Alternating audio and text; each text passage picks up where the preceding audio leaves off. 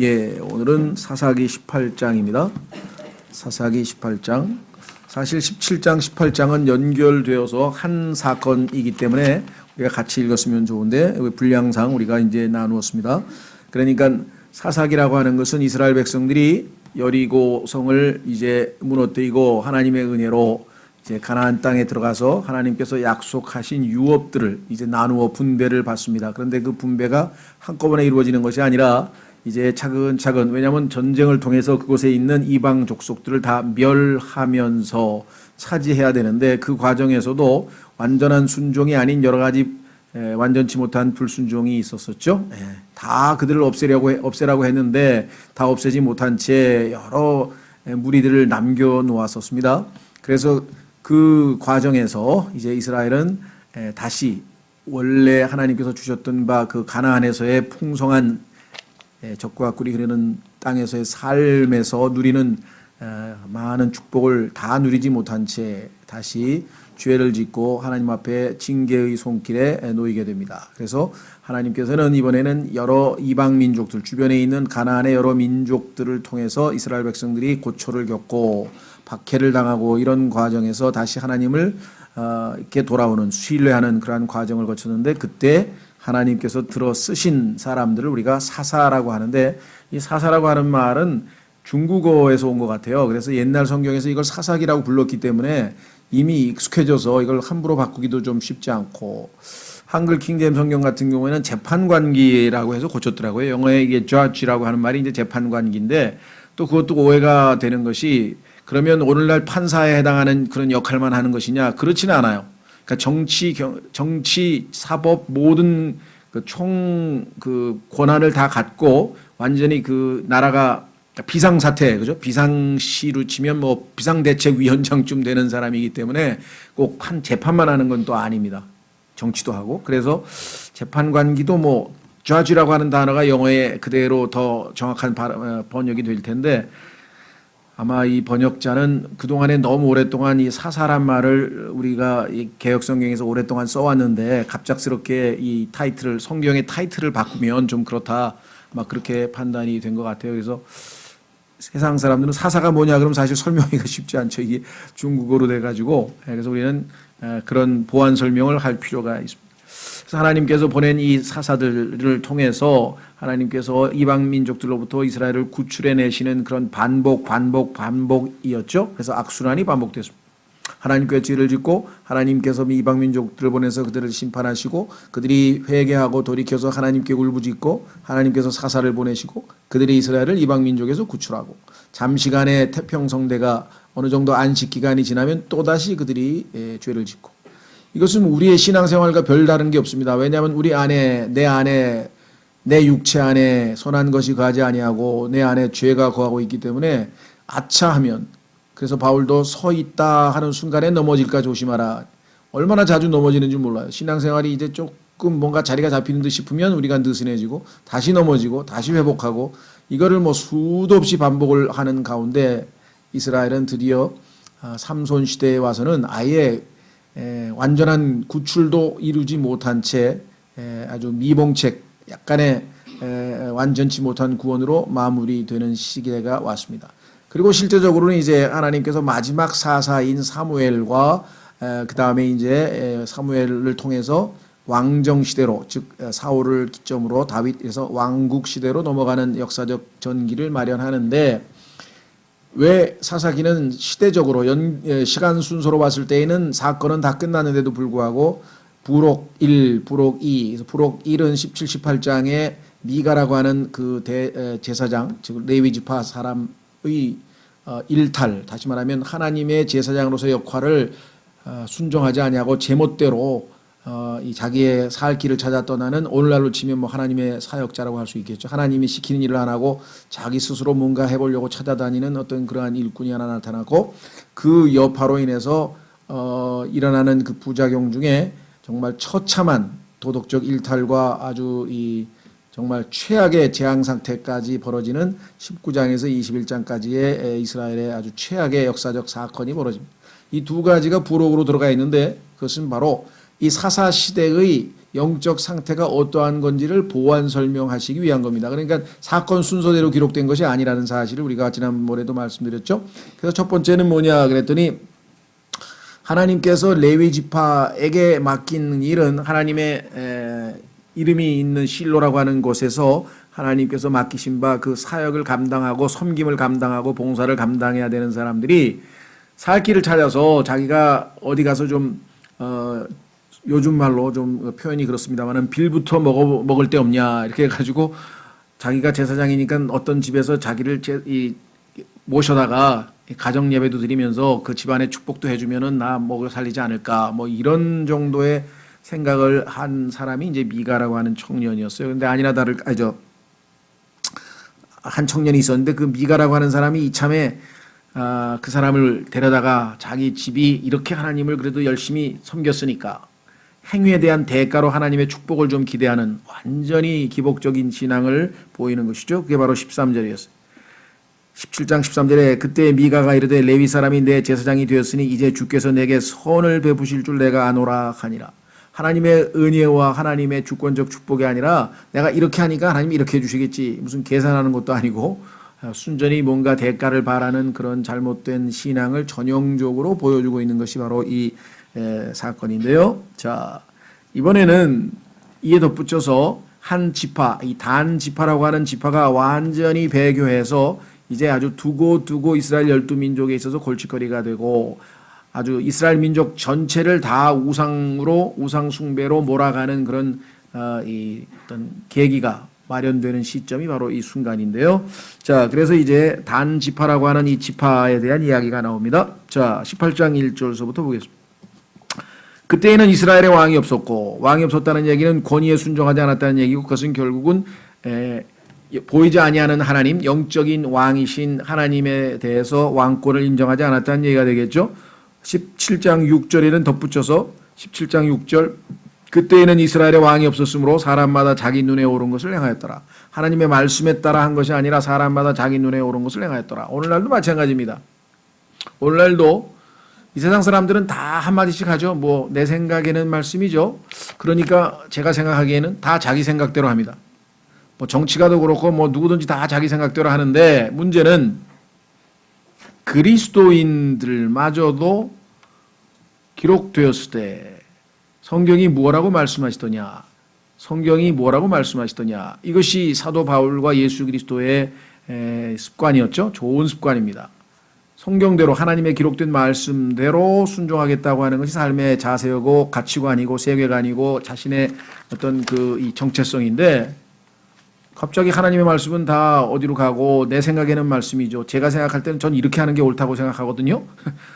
그게 무슨 의미가 있냐 그리스도인에게 있어서. 물론 내 생각에는 이렇다고 하는 내용이 성경에 나와 있는 내용과 일치할 때는 그건 바른 말을 한 것이죠. 그것까지 거부하지는 않아요. 성경의 근거에서 올바른 얘기를 한다는 것은 옳은 일인데 그게 아니고 성경에는 하나님께서 분명하게 사형제도를 만들어서 사람을 죽인 자는 하나님의 형상대로 지음받은 존귀한 존재를 죽였으니 그는 반드시 죽이라 그랬는데 제 생각에는 말씀이죠. 인간이 어떻게 인간을 죽입니까? 그럴 수 없죠.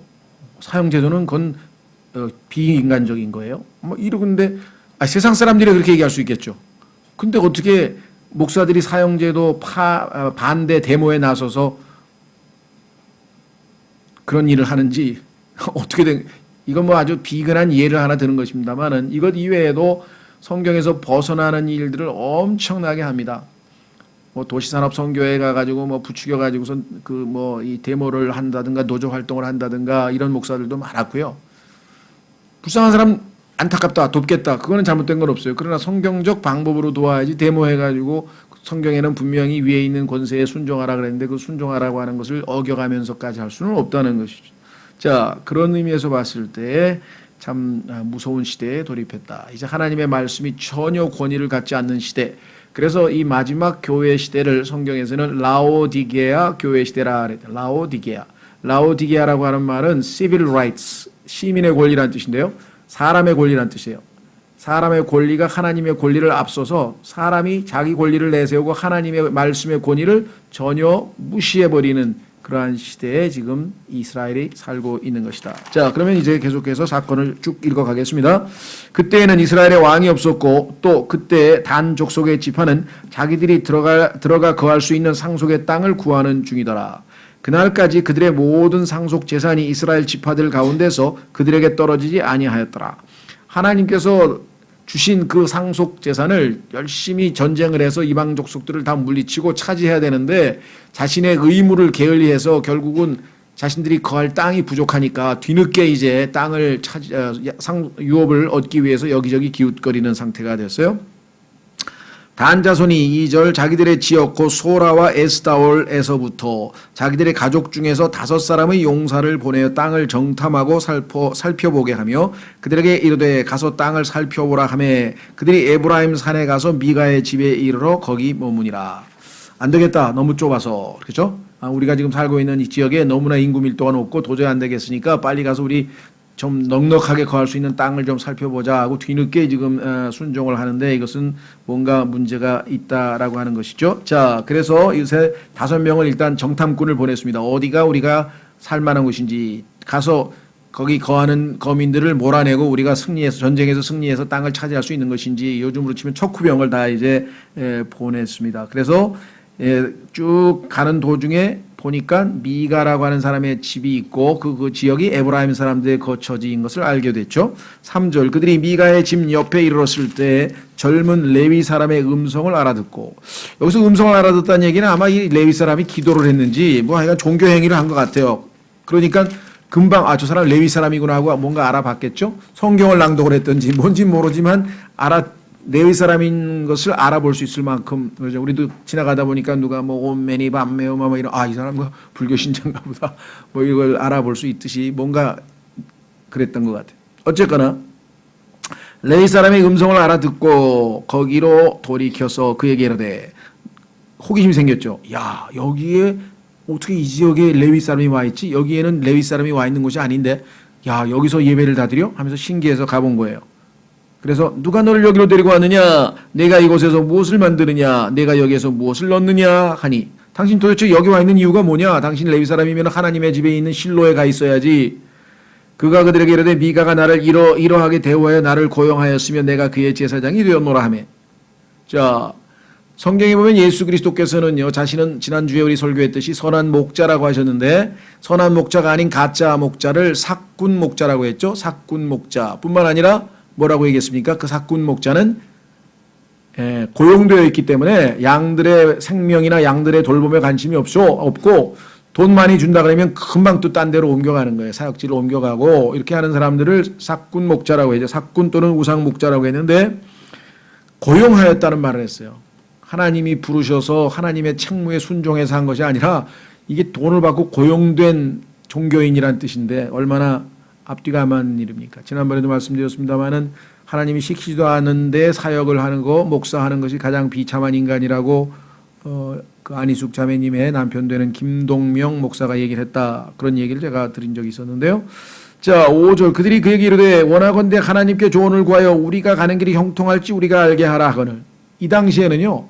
뭐 조금 영적인 사람이 있으면 가가지고 그냥 안수기 해달라 그러고 그냥 뭐 그 사람이 성경을 아는지 뭔지 그런 거 구별 없어요. 그냥 신령하다 그러면 쫓아가서 뭐 안수기도 받으려 그러고 이 사람들도 지금 와 당신 그러면 뭐 점칠 줄 아는 거네. 그러면 우리 지금 전쟁 나가야 되는데 이길지 질지 좀 알려달라 이렇게 얘기를 했습니다. 이 사람이 얘기한 하나님은 성경적인 의미에서는 제대로 된 하나님이 아니었죠. 왜? 하나님께서 이런 하나님이 명령하시지 않은 시키지도 않은 사역자를 통해서 하나님의 음성을 들려줄 리가 없겠다. 그런데 이 사람들은 지금 영적으로 완전히 지금 분별력을 잃은 사람들이죠. 그 제사장이 그들에게 이르되 평안히 가라. 너희가 가는 길이 주 앞에 있느니라 하니라. 뭐 좋은 얘기 해가지고 나쁠 게 뭐 있어요? 이 사람이 뭘 아는 게 뭐가 있어? 그냥 하나님께서 당신의 집안을 축복하십니다. 뭐 이러면 뭐 점괘나 받고 좀 뭐 기도비나 받고 뭐 이렇게 하려고 지금 순전히 막 그런데도 불구하고 실제적으로는 전쟁에서 이겼죠. 결과만 보면 야, 이 사람 신통하다. 그건 아닙니다, 사실은. 하나님께서 이 사람이 하나님의 뜻을 알아서가 아니라 하나님은 하나님의 뜻을 이루시는 바 하나님께서 하신 것이고 이 사람은 그저 지금 좋은 얘기해서 좀 점괘라도 얻고 이런 그냥 상황에서 한 소리지 무슨 특별한 뭔가가 있어서 그런 것은 전혀 아니다라고 했습니다. 자, 그래서 이미 하나님이 시키지 않은 하나님의 율법에서 벗어난 일들을 지금 이 레위 지파의 사람이 하고 있는 것을 우리가 잘 안다면 하나님의 뜻과는 전혀 무관한 종교인, 소위 말하면 요즘으로 뭐 점치는 사람 정도 수준밖에 안 되는 상황에 해당된다라고 분명히 말을 했죠. 왜냐?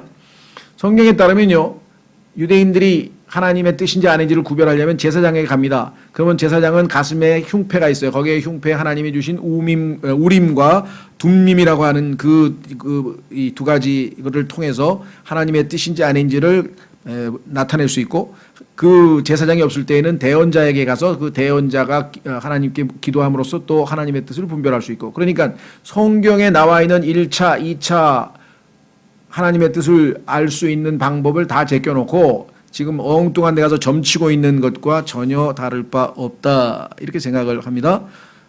아까도 말씀드렸습니다만 어떤 분들은 그래도 이루어지지 않았냐. 이루어진 게 아니라, 그렇죠? 성경에 따르면 로마 가톨릭 교회의 교황께서도 예수 그리스도의 신성도 믿고 예수님의 처녀 탄생도 믿고 그 다음에 또 삼위일체도 믿고, 그럼 대단히 훌륭한 하나님의 일꾼이네. 그렇습니까? 우리 한국에 있는 교회에서도 거듭나지 않은 목사들도요, 다 좋은 설교 다 합니다. 중요한 거는 하나님께서 하신 방식대로 했느냐 안 했느냐 그랬죠. 자, 신명기 13장 13절로 가시면요, 어떤 사람이 예언을 했는데 그 예언이 그대로 이루어졌다.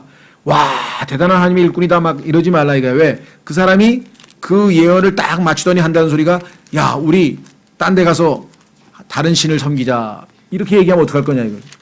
그러니까 예언을 성취했으니까 그 사람 말대로 가서 다른 신을 섬길 거냐?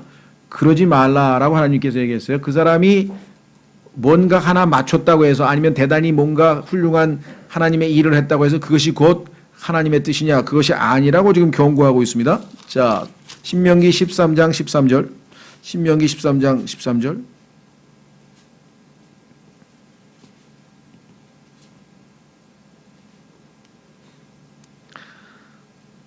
자, 여기 보시면은요, 너희 가운데 어떤 자들 곧 벨리알의 자손들이 나가서 자기들 도시의 거주민들을 끌어내어 이르되 우리가 가서 알지 못하던 다른 신들을 섬기자 한다 하거든, 이렇게 나와 있죠. 이렇게 될 때에는 이 사람이 예언을 성취했다 하더라도 그것으로 인해서 그 사람을 맹목적으로 순종해서는 안 된다라고 하나님께서는 분명하게 경고를 하고 계신다는 것이, 이걸 우리가 유념하셔야 됩니다. 그러니까 이 레위인이 지금 가서 승리할 거라고, 잘 될 거라고 얘기를 했더니 실제로 가서 전쟁에서 이기지 않았느냐. 근데 그 전쟁도요, 하나님의 말씀을 어긴 전쟁이었어요. 왜냐? 성경에 따르면 하나님께서 이스라엘 백성 이외의 다른 하나님이 주신 유업 이외의 다른 지역으로 가게 되면 그 지역 사람들에게 항복을 맨 처음에 권해야 됩니다. 살상부터 하는 게, 가서 그냥 바로 내리쳐서 칼날로 쳐 죽였는데 급습을 해가지고 평화롭게 사는 사람들을 다 가서 죽이고 몰살시키고 이제 도시를 세워가지고 단 지파가 그걸 차지했는데, 성경에 따르면 항복을 권유해서 그 사람들이 항복하면 살려주라고 돼 있거든요. 그런 사람들 나중에 이제 노예로 쓰던가. 그런데 전혀 성경적으로 하지도 않았다는 사실을 우리가 아셔야 됩니다. 자, 그래서 이런 걸 보고 이거 예언이 이루어졌구나, 이 사람 신령한 사람인가 보구나, 이렇게 곡해서는 안 된다는 얘기. 자, 다시 돌아옵니다. 사사기 18장 7절. 이에 5사람이 떠나서 라이스에 이르러 그 안에 있던 백성을 보았는데, 어느 지방에 갔어요. 그들은 시돈 사람들의 방식대로 평온하고 안전하게 염려 없이 거하였으며, 또 그 땅에는 어떤 일에서도 그들에게 모욕을 줄 행정관이 없었고, 또 그들은 시돈 사람들로부터 멀리 떨어져 있었으므로 어떤 사람과도 상관하지 아니하였더라. 이 표현이 이게 무슨 소린가 싶은데 간단한 얘기입니다. 그 얘기는 뭐냐면 고립된 지역이었어요. 그런데 근처에, 제일 가까운 근처에 시돈, 지금으로 치면 베이루트죠. 레바논의 베이루트일 겁니다. 그러니까 해안 근처에 있는 그 시돈 지역은 아시다시피 우상 숭배, 그 바알 숭배의 아주 근거지예요. 그래서 그 이세벨이라고 하는 여인이 거기 출신이죠. 아합이라고 하는 이스라엘 왕이 이 여기 출신 여인과 결혼해서 이스라엘을 완전히 우상으로 다 숭배로 만들었던 그 원인을 제공했던 그 시돈이라고 하는 성경에서는 아주 이 바알 숭배의 근거지로 알려진 지역인데 거기에서 동쪽으로 해안에서 약 동쪽으로 한 40마일 한 60km 정도쯤 떨어진 산악지대다 보니까 이 사람들이 고립돼서 자기들끼리 조용히 소위 말하면 뭐 좋게 얘기하면 평화롭게 사는 거예요. 그런데 생활 방식은 시돈 사람들의 생활 방식이라는데 시돈 사람들은 성경에서 굉장히 타락한 자유분방한, 왜냐하면 이게 무역 중심지여 가지고요 굉장히 자유분방한 스타일이었어요. 게다가 여기 보니까 완전히 분위기가 질서가 없어요. 그 얘기는 뭐냐면 그들에게 모욕을 줄 행정관이 없으므로, 그 얘기는 뭐냐면 어떤 사람이 죄를 지면 그 죄를 물어서 책임을 묻고 하는 그런 통치도 없이 그냥 뭐 소위 말하면 그냥 제멋대로 사는 그런 어떤 동네였다라고 지금 얘기를 하고 있네요. 그들은 시돈 사람들로부터 멀리 떨어져 있으므로 어떤 사람과도 상관하지 아니하였더라. 그러니까 어떤 고립된 지역에 그나마 그래도 자기들끼리는 평화롭게 살고 있던 한 지역을 보게 되었다. 그렇죠? 예. 성경에 나중에 이 시돈이라고 하는 도시가 바알 숭배의 근거지라고 자주 반복된다는 사실을 잘 기억해 두시면 좋겠어요. 시돈이라는 도시 나오면. 8절 그들이 소라와 에스타올로부터 와서, 소라와 에스타올은 단지파가 그나마 근거지로 삼고 있던 두 도시인데요. 거기가 너무 좁아가지고 이제 다른 넓은 지역을 얻으려고 지금 오는 거죠. 자기 형제들에게 이름에 그들의 형제들이 그 얘기를 했는데 너희는 무엇라 말하느냐 하니, 척후병이 다녀왔어요. 이제 한번 둘러보고 와서 보고를 합니다. 그들이 일어나 우리가 그들을 치러 올라가자. 우리가 그 땅을 보았는데 보라 그것이 매우 좋으니라. 가보니까 정말 우리가 차지하면 너무 좋겠더라. 너희가 가만히 있느냐? 왜 가만히 있느냐? 이렇게 좋은 찬스가 왔는데 가서 그 땅을 소유하러 들어가기를 게을리하지 말라. 빨리 서두르자. 이렇게 얘기를 했습니다. 너희가 가면 평안한 백성과 넓은 땅을 만나리니 하나님께서 그 땅을 너희 손에 주셨느니라. 뭐 가면은 간단하게 뭐 다 죽이면 끝이다. 이거 아주 평화롭게 아주 뭐 무기도 없이 사는 사람들이니까 이렇게 얘기를 했어요. 그곳은 땅에 있는 것 중 어떤 것도 부족한 것이 없는 곳이니라 하니라. 물론 이 말들은 다 맞는 말이고 하나님께서 단지파에게 부족한 땅을 유업을 주시기 위해서 허락하신 것은 맞습니다. 그러나 아까도 말씀드렸습니다마는 하나님이 허락하셨다고 해서 그것이 다 하나님의 절대적인 뜻이냐, 그렇지는 않아요. 조심하셔야죠. 그렇죠? 예. 하나님의 축복을 받으려면 하나님이 주신 허락하신 방법대로 해야 되는데 이 사람들은 지금 성경에 나와 있는 그 방법은 무시하고 자기 방식대로 일을 처리했다. 이게 이제 문제죠.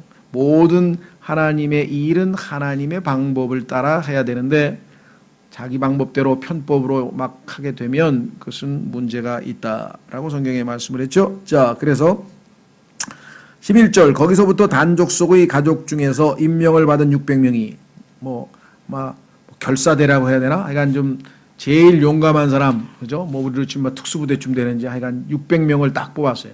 그래서 가서 싹 이제 점령을 하라. 전쟁 무기를 가지고 소라와 에스타올을 떠나 올라가서 북쪽으로 갔습니다. 유다의 기럇 여아림의 지인을 쳤으므로 그들이 그곳을 이날까지 마하네단이라고 하였더라. 단지파가, 단자는 뒤에 단지파와 관련되어 있죠. 보라 그곳은 기럇 여아림 뒤에 있느니라. 그러니까 유다 지파와 함께 거하던 지역에서 너무 좁으니까 위로 올라가서 단지파의 지경을, 즉 거주 지역을 넓히려고 하는 작전, 군사작전이었는데요. 13절 그들이 거기를 떠나 에브라임 산으로 가서 미가의 집에 이르니라. 이제 거기서부터 이제 라이스로 가서 전쟁을 해야 될 상황에 놓여 있죠. 자, 전에 라이스 지방을 탐지하러 갔던 5사람이 그때 자기 형제들에게 응답하여 이르되, 자, 지난번에 정탐꾼으로 왔던 사람이 미가의 집에 가서 그 레위 사람하고 대화를 나누고 레위 사람에게 도움을 받았잖아요. 그래서 이제 알려주는 거예요. 여기 신령한 사람 하나 있다 말이야. 여기 점치는 사람 하나 있다라고 알려줍니다. 이 집들 안에 에봇과 드라빔과 새긴 형상과 부어 만든 형상이 있는 줄을 너희가 아느냐? 그런즉 이제 너희는 마땅히 행할 바를 깊이 생각하라 하고는. 전쟁을 나갈 때는 항상 어떻게 합니까? 옛사람들은 점을 쳐서 이게 이길 전쟁이냐 질 전쟁이냐 이거를 전쟁에게 물어보죠. 그렇죠? 예, 그래서 이길 전쟁이다 그러면 탁 나가고 아니면 피하고 이런 작전을 썼는데 이 사람들도 지금 이 사람, 이 레위 지파 사람에게 물어보자 이거죠. 자, 마땅히 할 바를 깊이 생각하라 하고는 그들이 그쪽을 향해 돌이켜서 청년 레위 사람의 집 곧 미가의 집에 이르러 그에게 인사하니, 이 사람을 데리고 가자. 예를 들면 요즘도 전쟁 나가면 군목이 따라다니죠. 군목도 따라다니고 뭐랄까요, 이 그 종교인들 불교에서도 따라다니고 누가 따라다니면서 그런 역할을 감당을 하는데요. 단 자손 중에서 임명을 받은 600명이 전쟁 무기를 가지고 문 입구에 서니라. 왜 그랬을까요? 못 간다 그러면 협박해가지고 군대 가지고 600명이 무기를 들고 와가지고 분위기를 잡고 있는데 그 레위 지파 사람이 웬만한 심장을 가지고서야 거절할 수 있겠습니까? 예, 이걸 위협이라고 그러죠. 위협. 지금 위협을 하고 있죠. 그 땅을 탐지하러 갔던 5사람이 올라가서 거기로 들어가 새긴 형상과 에봇과 드라빔과 부어 만든 형상을 취할 때, 그 얘기는 뭐냐면 가자 이거지. 제사장 너 우리가 월급 더 줄 테니까 가자. 그 조그만 그 미가의 그 집안 한 집안의 제사장이 되는 게 나으냐, 한 지파 전체의 제사장이 되는 게 나으냐 하면서 아주 막 뭐 좋은 조건을 내세우면서 가자 이렇게 된 거예요. 그렇죠? 이 사람은 어차피 싹군이고 어차피 고용됐기 때문에 안 갈 이유가 없어요. 하나님께서 너는 이 집에 가서 꼭 여기서 사역자가 되라고 하는 확신이 있으면은 목에 칼이 들어와도 나는 하나님 뜻을 어길 수 없다 이랬을 텐데, 그게 아니니까 얼마든지 좋은 조건이네 가야지 이렇게 된 거죠. 더더군다나 지금 뭐 군대가 와서 협박을 하고 있는데 뭐 어떡하겠어. 자, 그래서 18절, 이 사람들이 미가의 집에 들어가서 그 새긴 형상과 에봇과 드라빔과 부어 만든 형상을 가져오매. 이건 뭔 짓이야? 속으로는 그랬겠죠. 그러면서 아이고 이거 어떻게 해야 되지 하고 이제 머리로, 소위 말하면 요즘 속된 말로 머리를 굴리고 있는 거야. 야, 가만히 있어봐. 지금 얘네들이 이걸 가져간다는 얘기가 지금 무슨 말이지? 하면서 막 이러고 머리를 굴리고 있는데, 그때 그 제사장이 그들에게 이르되 너희가 무엇을 하느냐? 지금 뭐 하고 있지? 왜 내 걸 다 가져가? 라고 했죠. 하거늘 그들이 그에게 이르되 잠잠하라. 입 다물라 이거지. 내 손을 입에 대라. 입 열지 말라 이거지. 우리와 함께 가서 우리에게 아버지와 제사장이 되라. 네가 한 사람의 집에 제사장이 되는 것이 낫겠느냐, 혹은 이스라엘 안의 한 가족 곧 한 지파의 제사장이 되는 것이 낫겠느냐 하니. 그거 참 듣던 중 반가운 소리구나. 내가 기대하고 있던 얘기를 했구나. 그러죠. 과거에 제가 알고 있던 분이 그러더라고요. 지금 아마 은퇴하셨을 거예요. 뭐 저보다 한 상당히 뭐 80도 더 넘으셨, 80 넘으셨을지도 모르겠는데, 하여간 제가 옛날에 다녔던 교회에서 만났던 분인데, 찬양 대장 하시던 분인데, 경희대 교수였어요. 그랬더니 하루는 얘기를 하면서 참 씁쓸합니다. 무슨 일이세요? 그러니까 아니, 한 사람이 있는데 그 친구가 신학을 하고 싶어서, 목사가 되고 싶어서 친구들이 우리가 지원을 할 테니까 너는 염려 말고 해라. 그래가지고 이제 다른 사람들이 이제 친구들이 이제 헌금을 해가지고 한 사람을 이제 미국에 유학을 보내가지고 이제 뭐 박사학위도 했는지 어쩐지 해가지고 이제 딱 목사가 돼서 돌아왔다는 거예요. 그러니까 친구들은 굉장히 보람 있는 일을 한 거 아니에요. 그래서 친구들이 헌금을 해가지고 한 사람은. 처음에 와가지고 대구인가 어디에 있었대요.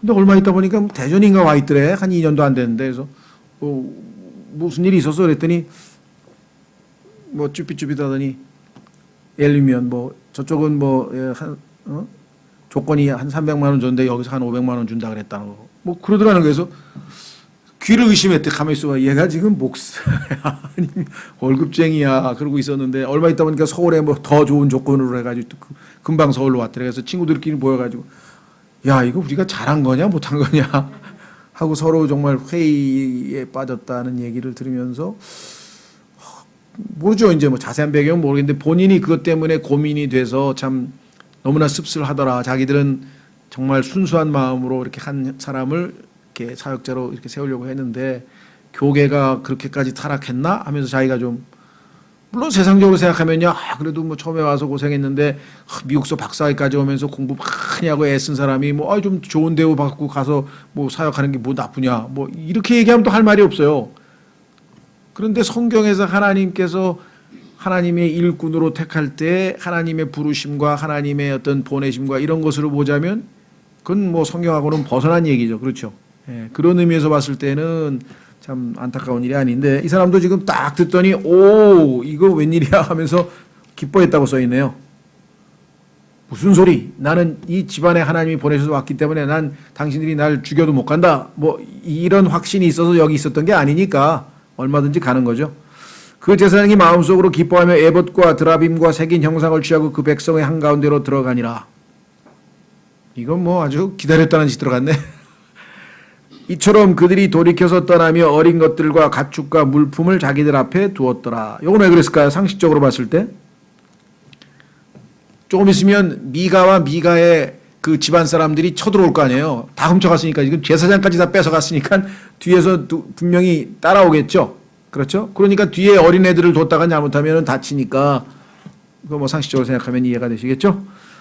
22절 그들이 미가의 집에서 멀리 떨어졌을 때 미가의 집에 가까이 있던 집들의 사람들이 함께 모여 단 자산을 따로잡고 야 이거 우리 거 싹 털어갔다 이거죠. 그래서 지금 찾으러 간 거죠. 아브라함이 롯을 구하러 가는 것처럼. 문제는 어디에 있느냐. 단 자손을 향해 소리를 지르므로 그들이 얼굴을 돌이켜 미가에게 이르되 무엇이 너를 괴롭게 하기에 내가 이 무리와 함께 오느냐 하매 뭔 일이야? 하고 지금 이렇게 물어봤어요. 그랬더니 미가가 이르되 내가 만든 신들과 제사장을 너희가 취하여 갔으니 내게 무엇이 더 남아있느냐. 너희가 나더러 무엇이 너를 괴롭게 하느냐 하니 이것이 도대체 무슨 말이냐 하며 너희가 다 훔쳐갔잖아. 근데 뭐 내가 왜 괴롭겠어. 내 신도 훔쳐가고 내 제사장도 훔쳐가고 다 훔쳐갔는데 여러분 생각은 어떠세요? 아니 훔침을 당하는 신을 왜 섬기고 있는 거야? 훔쳐갈 수 있는 신을 왜 섬기고 있는 건지 우리가 생각할 때는 말이 안 되죠.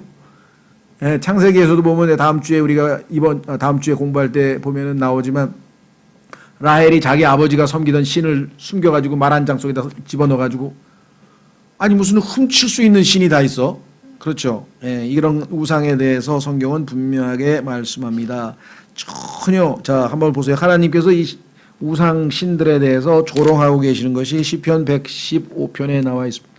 뭐 길게 읽을 수는 없고요. 짧게 한번 확인해 보겠습니다. 시편 115편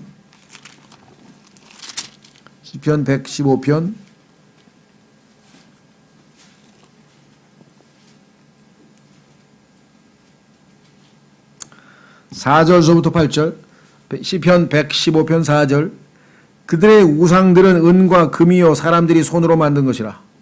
손으로 만든 신을 믿는 사람들도 있어. 자, 그것들은 입이 있어도 말하지 못하고 눈이 있어도 보지 못하며 여러분들 우상들 서 있는 데 가서 한번 말 좀 시켜보세요. 말 하나. 귀가 있어도 듣지 못하고 코가 있어도 냄새 맡지 못하며 손이 있어도 사용하지 못하고 발이 있어도 걷지 못하며 그러니까 막 어깨에다 메고 가고 막 그러잖아요. 목구멍으로 말도 하지 못하느니라. 우상들을 만드는 자들도 우상들과 같으며 그러니까 그런 우상들을 만드는 자들은 수준이 우상하고 똑같아. 하나님께서 우상들을 신뢰하는 모든 자도 그와 같도다라고 성경에서 말씀했네요. 또 다른 곳에서는 이사야서에서는 하나님께서 조롱하시기를 그들이 자기들이 만든 신을 나무로 만든 신이 있는데 급하면 장작으로 패가지고 땔감으로 쓰기도 한대. 그럴 거 아니에요. 당장 굶어 죽게 생긴 빵 구우려면. 참 인간의 그 어리석음이라고 하는 것이 어디까지 와 있는지 한번 우리가 생각해 보십시오. 자, 그래서 신을 훔쳐갔다 그랬어. 24절에. 참 우리가 볼 때는 어처구니가 없습니다. 미가가 이르되 내가 만든 신들과 제사장을 너희가 취하여 갔으니 도둑질해 갔으니 내게 무엇이 더 남아있겠느냐. 내가 되찾으러 왔다라고 하면서 그냥 도대체 뭔 소리야 하고 지금 막 큰 소리 쳤겠죠. 훔쳐간 사람에게. 문제는 어디에 있느냐. 약육강식의 시대에 살고 있기 때문에 힘센 사람이 이기지요. 그래서 어떻게 했습니까? 단자손이 그에게 이르되 내 목소리가 우리 가운데 들리지 않게 하라. 조용히 해. 왜? 입담으로. 성난 자들이 내게 달려들므로 내가 내 생명과 내 집안 사람들의 생명을 잃게 될까 염려하노라 하고. 저 내 앞에 있는 내 동기들은 말이야 사나워서 너희들 소리 들으면 그냥 바로 죽여. 그러니까 빨리 입 다물고 조용히 해. 협박을 다 했어요. 그니 얼마나 또 겁났겠어요. 보니까 지금 600명이 무기 들고 있는데 단자손이 자기들의 길을 가매 미가가 단자손이 자기가 상대하기에 너무 강한 곳을 보고는 돌이켜 자기 집으로 돌아갔다. 어쩔 수 없어요. 이겨야 돼. 세야 돼. 근데 뭐 지금 모르겠어요. 김정은이가 센 건지 우리가 센 건지 막 저긴 지금 막 무대뽀로 그냥 갔다가 뭐 그걸 뭐라 하나, 너 죽고 나 죽으면 그냥 같이 죽자 그 소리 아니에요. 그 마지막 최후의 순간에. 그러니까 죽기 싫으면 나는 죽을 각오가 돼 있다. 그러면 우리가 불리한 것 같아요. 지금 보니까. 그죠? 전쟁을 할 수가 없는 게 전쟁을 해서 핵폭탄이 터지면은 북한한테는 이기겠죠. 미국이 있으니까. 근데 문제는 남한까지 다 그냥 그렇잖아요. 핵이라는 게 그냥 단순히 한 지역만 파괴시키는 게 아니잖아요. 그러니까 이게 딜레마예요. 전쟁을 하면 뭐 당연히 뭐 미국 한순간에 그 뭐 죽음의 백조 몇 개만 갖다 해가지고 뭐 항공모함에 있는 것만 가지고만 해도 뭐 본토의 군인들 안 와도 이길 판이겠지만 문제는 이기는 게 문제가 아니라 우리 남한까지 싸그리 다 그렇게 되겠죠. 그러니까 뭔가 하여간 계산을 하고 지금 하는 행동 같은데 모르겠어요. 세상에 있는 사람들이 어느 정도 불안해하는지 주변에 있는 사람들이 잘 모르겠는데 사실은 굉장히 불안해야 될 것 같아요. 근데 그렇게 뭐 아무렇지도 않듯이 둔감한 것 같은데요. 그리스도인이야 하나님께서 성을 지키지 아니하시면 파수꾼의 경성함이 헛되다 했으니 하나님이 전쟁을 허락하지 않으면 안 일어날 거고 하나님이 이유가 있어서 우리 민족이 너무나 타락하고 그래서 하나님이 좀 징계하실 만하면 일으키실 수도 있겠죠. 6.25 때처럼. 어쨌거나 하나님 손에 달려있는 것을 우리는 기도하고 기다리면서 하루하루 매일매일의 삶에서 신실하게 생활하는 것이 우리 그리스도인이 해야 될 일이지 뭐 불안해하거나 두려워하거나 뭐 어디 이민 좀 가볼까 생각하거나 이게 아니잖아요. 우리는요. 자, 어쨌거나 지금 이 약육강식의 시대에 우리가 살고 있습니다. 27절 단 자손이 미가가 만든 것들과 그의 제사장들을 취한 뒤 라이스에 이르러 평온하고 평안한 백성을 만나 칼날로 그들을 치고 그 도시를 불로 태우되. 잔인하게 이를 데 없죠. 분명히 저기를 그 항복을 권유하고 그들이 항복하면 살려줘야 되는데 그런 절차도 싹 무시하고 가가지고 그냥 정말 이거 잔인해도 보통 잔인한 게 아니죠.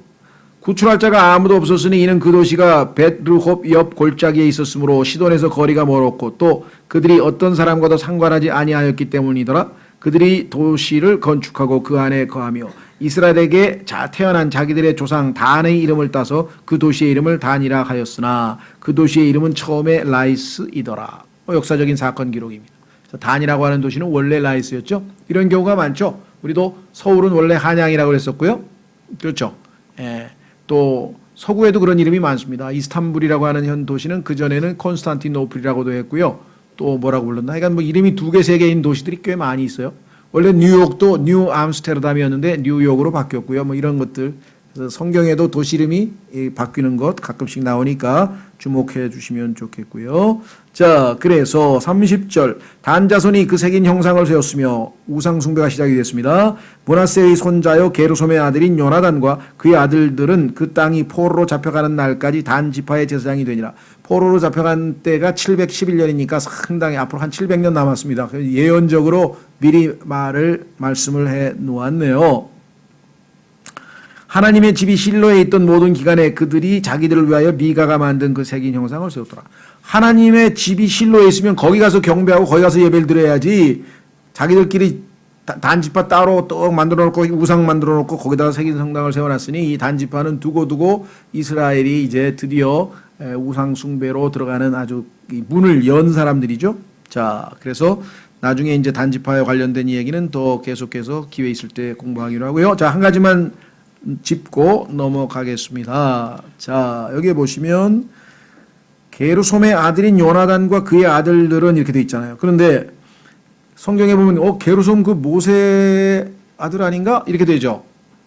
그래서 단 자손이 새긴 형상을 세웠으며 므낫세의 손자요 게르솜의 아들인 요나단. 이것을 므낫세를 성경을 뜯어 고쳐서 모세라고 다 만들어 놨어요. 그래서 모세의 집안도 이렇게 우상 숭배를 했다 뭐 이러는데요. 여기 나와 있는 요나단이 아까 그 레위 사람인지 아닌지도 확실하지 않아요. 그렇죠? 앞에 나와 있는 그 레위 사람의 이름이 요나단이라고도 생각하는지 모르지만 여기서는 지금 그 레위 사람인지 아니면 그 뒤에 다른 요나단인지도 모르고요. 두 번째, 므낫세라고 했는데 이 므낫세는 므낫세 에브라임 요셉의 아들의 이름도 아니고요. 나중에 보면 므낫세라는 이름을 가진 사람이 한둘이 아니에요.